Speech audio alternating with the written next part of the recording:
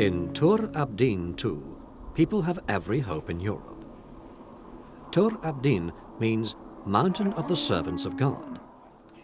A Christian minority has been living here since the 4th century AD, whose people still speak Aramaic, once the language of Christ. Centuries of confrontations with Islam and 2 decades of battles between Kurdish rebels and the Turkish army have caused many Kurds to flee, often abroad. In the last few years, a few of them returned.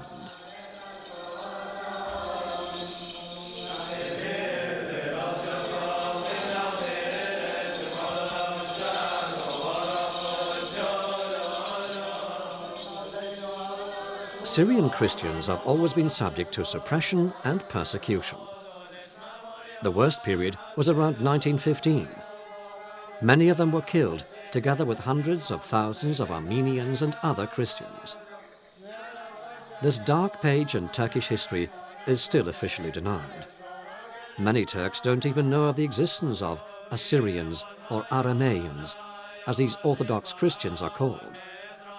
Turkey does not recognize them as a religious minority, and not as an ethnic minority either. After many years of war between Turks and Kurds, nearly all Christians have left the area. Most of them now live in Western Europe. Now that Turkey may be joining the EU, their hope of recognition is growing.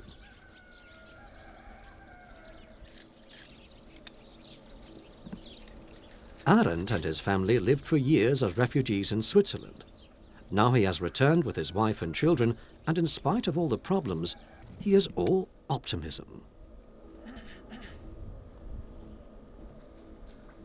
Diese Weinberge haben wir von unseren Vorfahren bekommen und die geben keine Früchte mehr. Und wir probieren Neues zum Pflegen und Aufbauen. Der Weinberg, der braucht Pflege, wie Mensch, der braucht auch Pflege. Ohne Pflege geht also kaputt. Das ist ein Stück von unserem Leben.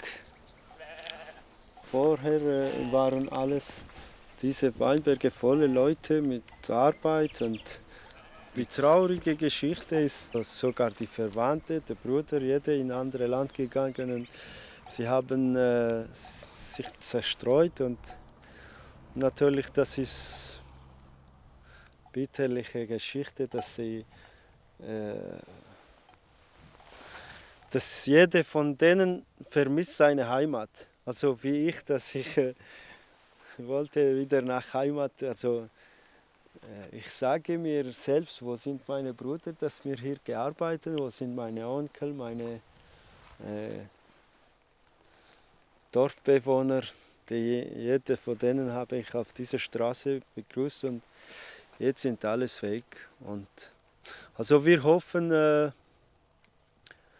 für einen Frieden auf der ganzen Welt und auch in unserer Heimat, in unserer Türkei, dass wieder gut geht, dass wieder aufgebaut wird, dass unser Volk wieder zurückkommt, wieder diese Arbeit macht und wieder glücklich zu werden. Also das ist mein Wunsch.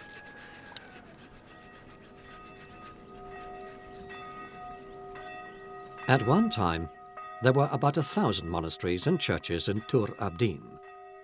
Only a few of them have survived, and of the hundreds of thousands of Christians who lived here, less than 2,000 are still living here. Only 10 years ago, the Turkish government wanted to close down the last remaining monasteries. But the Christians of Tur Abdin are receiving a great deal of support now from family and friends abroad. They are continually promoting the observance of human rights in this area. It will be wonderful if Turkey will be with the European community. This will be beneficial for both Turkey and Europe as well. And for our Christian minority, it will be wonderful. And of course, we as church, we pray and we wish that Europe will take Turkey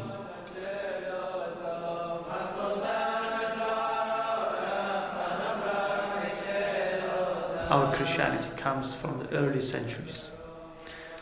And it's important to establish our human rights situations, especially to maintain our Syriac tradition, the Syriac language, the Aramaic language, which was spoken by Jesus Christ.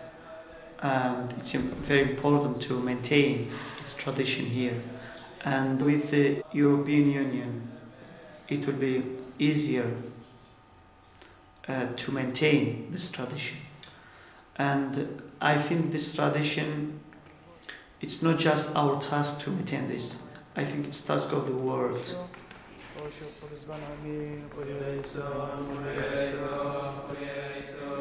I think it's important that we concentrate how to establish our future together, taking lesson from all these sufferings. And in this region, we have our hope for the future. If you don't have the hope, it's not easy to live where you are.